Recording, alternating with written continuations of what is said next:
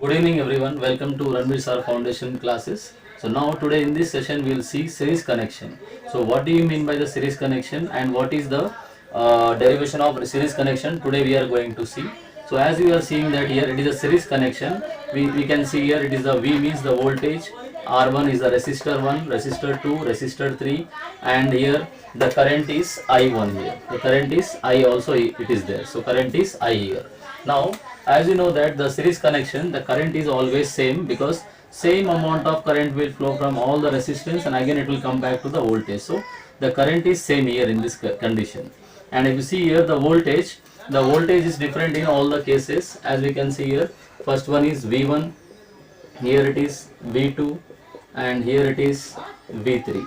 So the voltage is not same in all the cases, the voltage is different in these cases. So what we need to do here when we are deriving the equation for series connection means whatever the different it is there, that we need to take the formula. So I had drawn one here triangle formula VIR. So what is the formula for VI into R? I wrote here.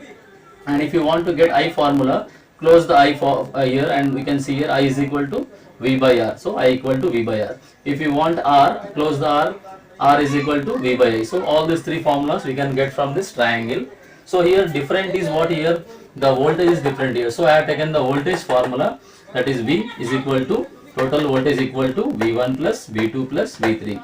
V1 plus V2 plus V3. And now what is the formula for V? V is equal to what we are given here, I into R. So I into R, I into R1, I into R2, I into R3. Now what we can take common in this, I and I we can take common. So now cancel I and I. What is left out now? R equivalent is equal to R1 plus R2 plus R3. So in series connection, the R equivalent is R1 plus R2 plus R3. This is the derivation of series connection.